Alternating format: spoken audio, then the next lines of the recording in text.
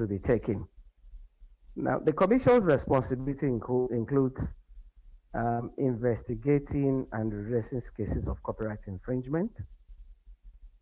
Now, the purpose of investigation is first to establish the facts and then determine the appropriate action to be taken under the law. So, the process is not that simple. It's not simply when you complain, it leads to arrest. There's investigation and assessment of the facts. Okay, which is statutory responsibility of the Commission under the law. The Commission will first and foremost investigate. Am I right? Yes. Investigate. Absolutely. Absolutely. Thank you so much. Now, how does copyright enforcement begin? You are going to teach us or educate us through that process because of people who will have such cases and they will bring it to your office so they know what they are getting into. They know the process they are going to go through before their copyright infringement is redressed. How does the copyright enforcement begin? So if a copyright owner discovers that someone is infringing on his work or my work, for instance, what should we do? Oh, thank you so much, presenter. The first thing to do is to document what has happened. Okay. And also ensure that you preserve the relevant evidence. The copyright owner should be able to provide information that helps us to establish the work that is involved, the alleged infringement, and also the circumstances surrounding it. Now, they can then seek appropriate redress through the legal and the enforcement channels.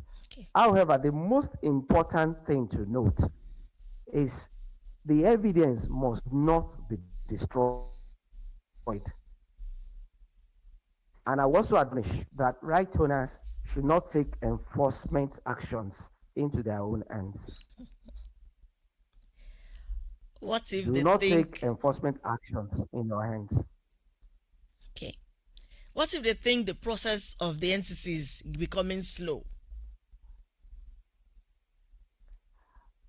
Like as is usual of the law. So that the law must take its course to ensure that we arrive at a logical conclusion.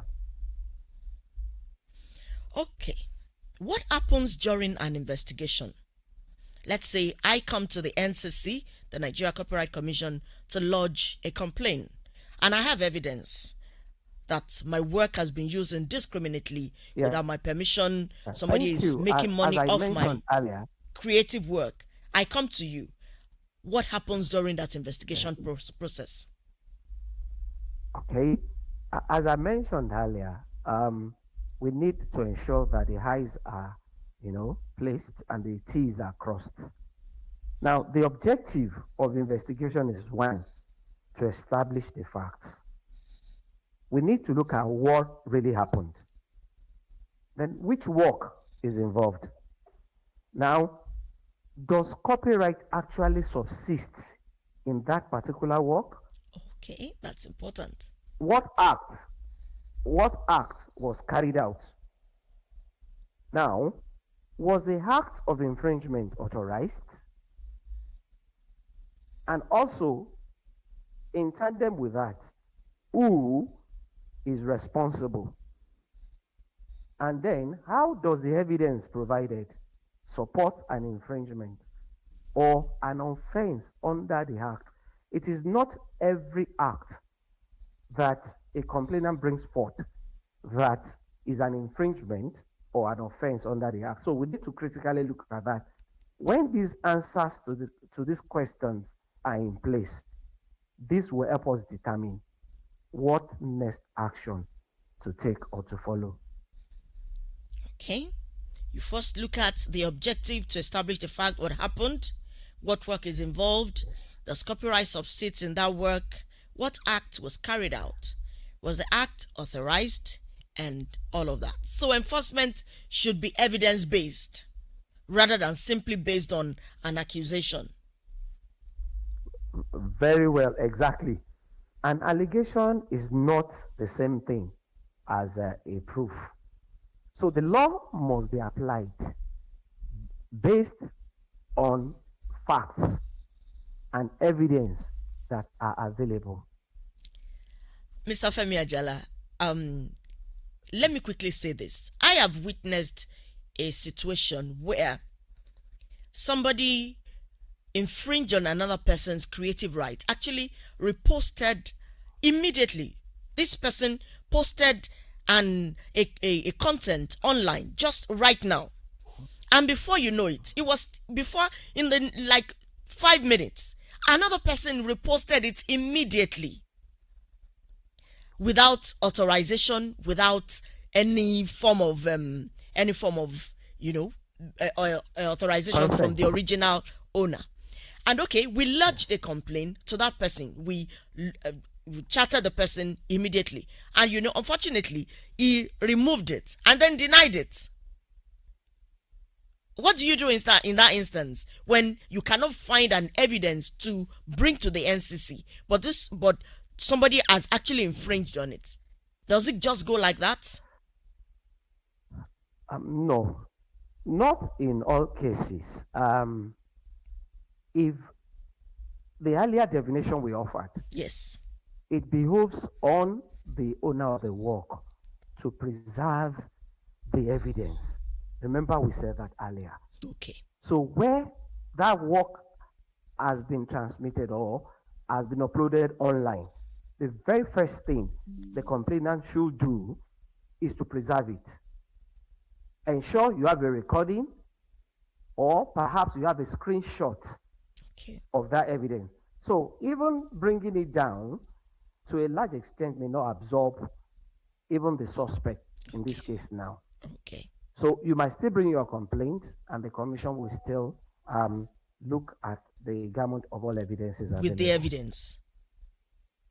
Yes. Now let's address one of the questions people often ask. Can a copyright officer arrest a suspected copyright offender? Oh, the answer is a capital yes. Because by the provision of the Copyright Act, particularly as Section 86, the powers of the copyright officers are clearly stated. The Commission appoints copyright officers as necessary for effective enforcement of the Act. And one interesting thing about that provision is that a copyright officer may, without a warrant, do the following. Okay. Enter, inspect and examine at any reasonable time a building or premises which that copyright officer reasonably suspects is being used for an activity that infringes copyright. So in essence, a copyright officer has all the powers to arrest a person who he or she reasonably believes has committed an offense under the Act. So if you get a tip, if the Nigeria Copyright Commission gets a tip off now that in so area of Ibadan, people are reproducing into CDs other people's musical works, the copyright officer is under the law, is protected to go into that place without any warrant, without any law enforcement agent to arrest those people. That's what you're saying. Absolutely. That is the spirit of that provision in the law. In case of emergency or the need to quickly intervene, a copyright officer does not require a warrant to carry out his duty. So the law does give copyright officers arrest powers. Yes. In as much as copyright officers have powers to arrest, these powers are tied to the conditions set out in the law. It is not a license to arrest arbitrarily. Okay. The offense committed must have been listed in the Copyright Act. Little wonder now your state coordinators are now state commandants. Absolutely. That's one of the reasons, because you can arrest Very well. based on the provisions of the law. Yes, please. Now, moving on, apart from the arrest, what other powers does Section 86 give copyright officers? Oh, thank you. So interesting. Under that section, the powers of copyright officers are quite extensive and wide. A copyright officer also have the powers to conduct examinations, to make inquiries to ascertain whether the provision of the act are complied with in all circumstances. Now, the officer may demand certain records. The officer may demand for further information. The officer has the powers to access copyright-related databases and also require information from persons found on a particular premises that is being suspected. Or being reported. And the officer may now go further. The officer may now go further to seize or take into custody infringing copies, contrivances, materials and equipment used or suspected to have been used or likely to be used in committing an offense under the Act. And the officer can go a step further by sealing premises, carry out examination, tests, or analysis as it is provided under the Copyright Act 2022. That is really, really significant. So when we talk about copyright enforcement, we are talking about much more than simply telling somebody, you used my copyright creative material, stop it. Exactly. The law... Please go ahead. Because the law gives the commission and its officers specific tools to, for enforcement.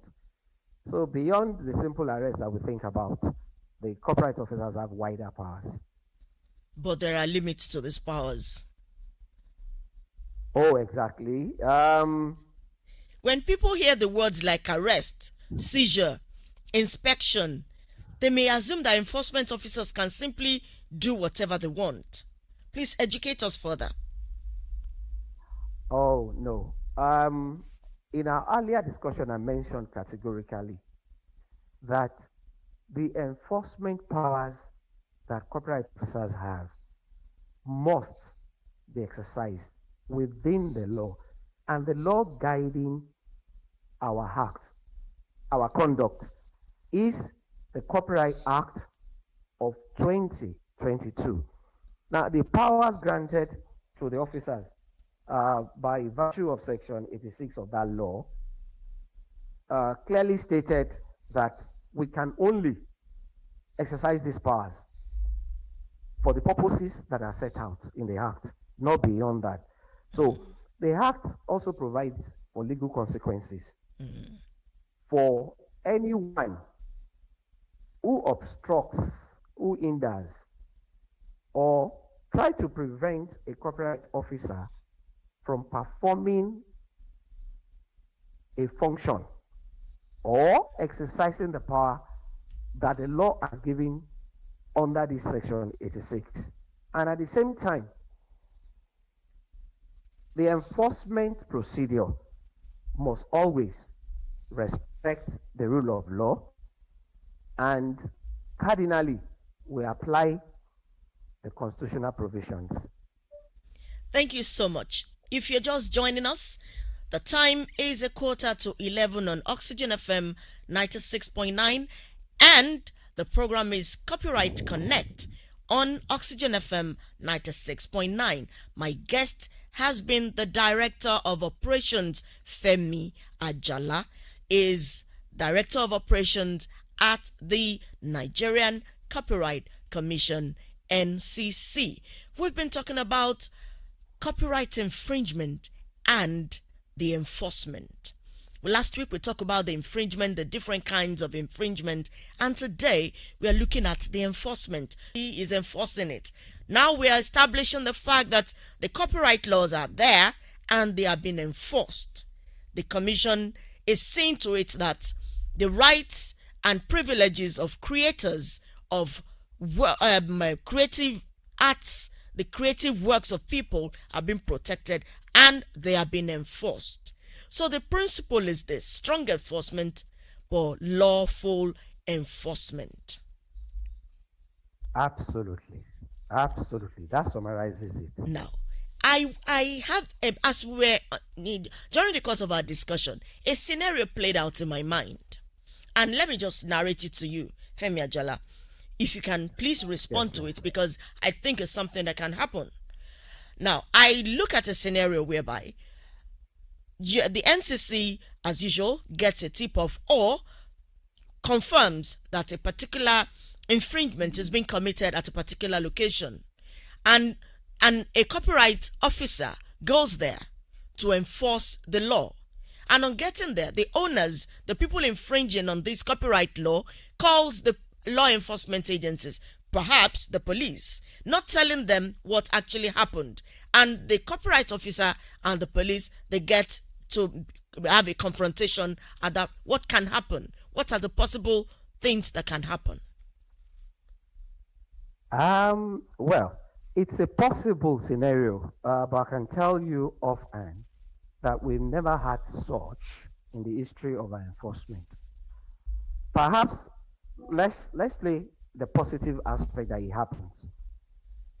The Copyright Commission has a very, very good working. We may all go back of the law and enlighten and educate even the law enforcement agent that apparently at that point may be ignorant of the powers of the copyright officer. We will ensure we let the agency, the intervening agency, now see reasons why the enforcement should take place, and matters could be taken back to the office and sorted out.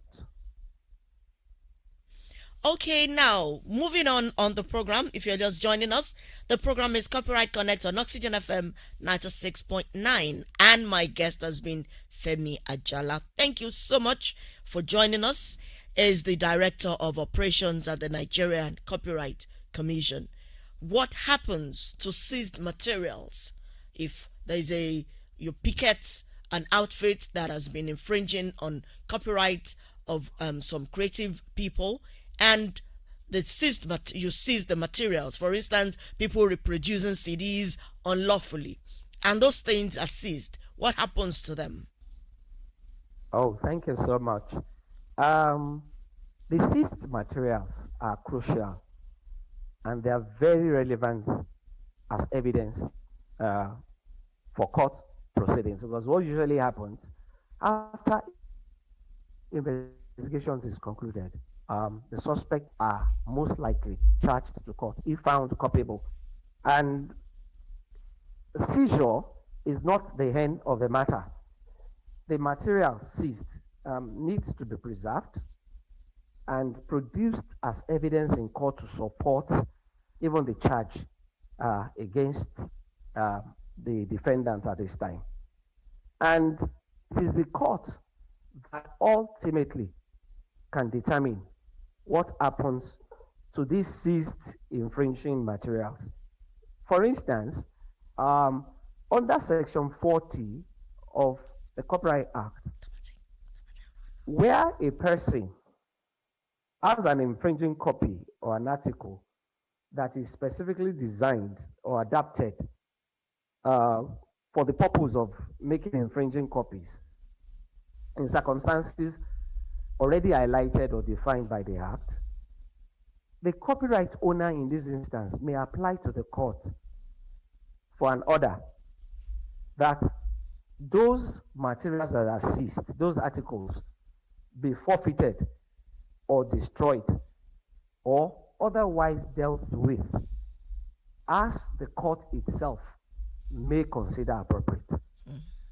So we take all these things before the court. The court is the determinant of what happens to seized materials. Wow.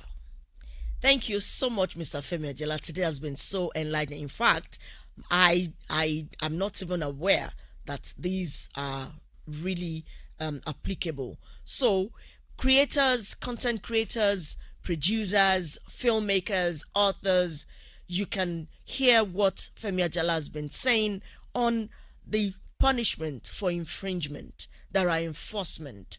The law is there. Enforcement is also there. Quickly, can we look at, somebody says, is there any cost to filing a complaint with the NCC? Are there fees for services for struggling artists and students? This is a question. Is there any cost to filing a complaint with the NCC? No, none to my knowledge. Okay. Complaints are free, and the commission, being a statutory body of the federal government, is mandated under the law to attend to complaints. So complaints are free. No fees are applicable. All right. So this person who asked the question, are there fees? He said, you're a struggling artist and you're a student. Don't worry, there are no fees attached to it. Let's quickly, our time is fast spent. From enforcement to prosecution, let's move to prosecution. If an investigation established that a copyright offense has been committed, what happens? Oh, as I mentioned in my last intervention, the matter may proceed to prosecution in accordance with the law.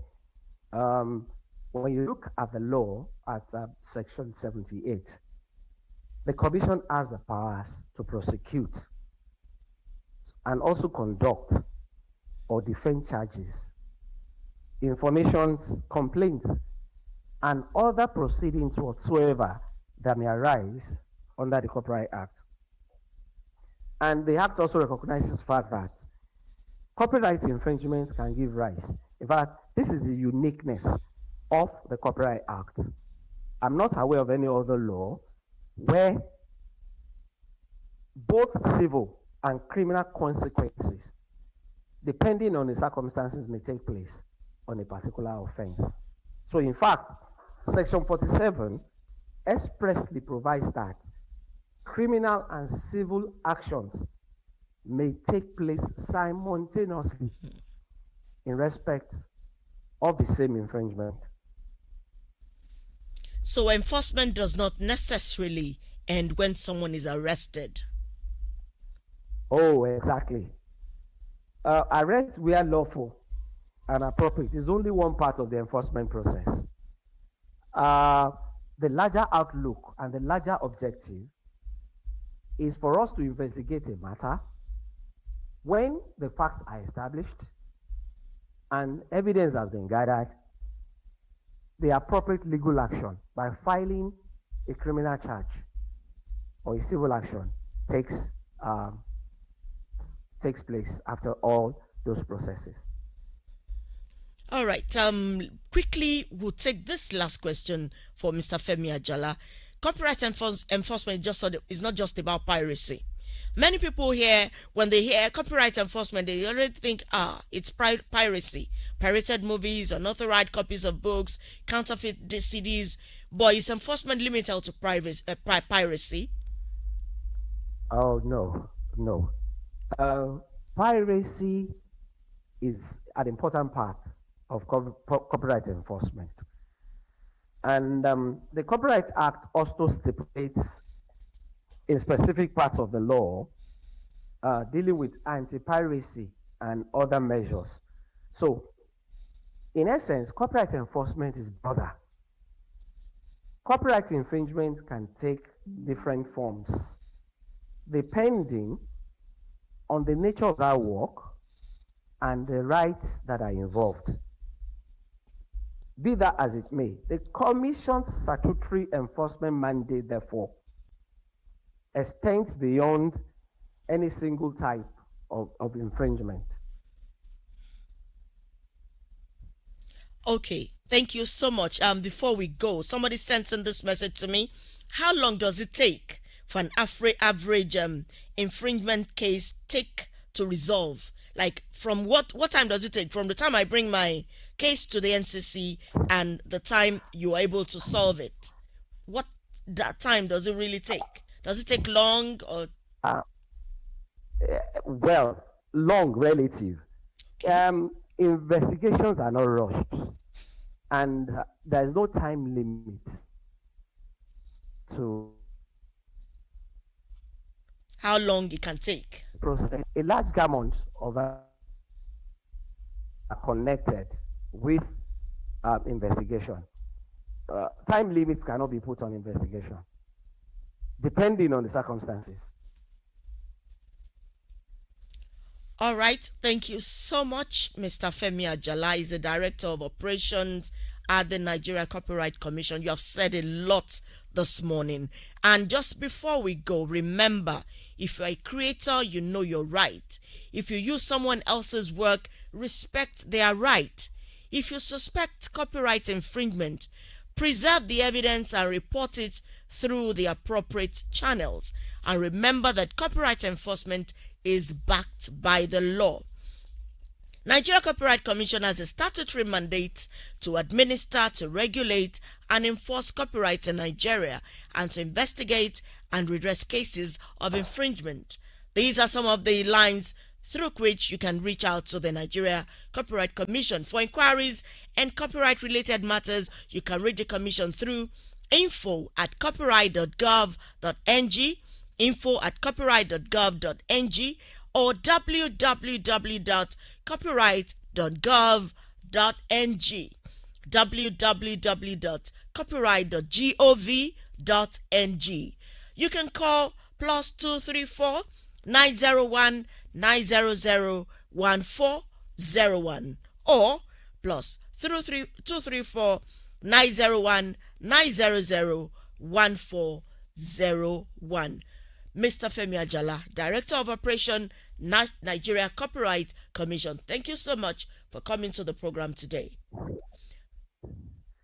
Pleasure mine. Thank you so much. Quickly, I'll take some of the comments on our social media platform.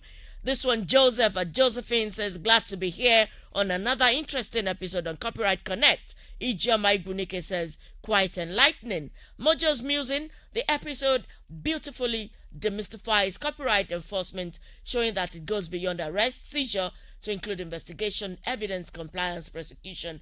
Oh, somebody says, poor network. We apologize for that. Avos Wahisil or something. Interesting episode. Copyright enforcement is certainly beyond raids and arrests too. Somebody says, well done, Director of Operations. Mr. Femi Ajala has been our guest on the program today.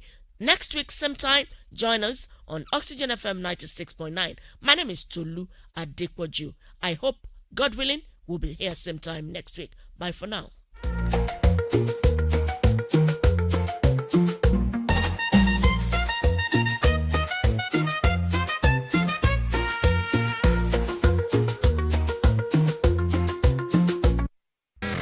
Broadcasting live and loud. Be informed, inspired, be ignited. The Knowledge Hub. Oxygen FM 96.9. Okeado, Ibadan. Don't talk that down.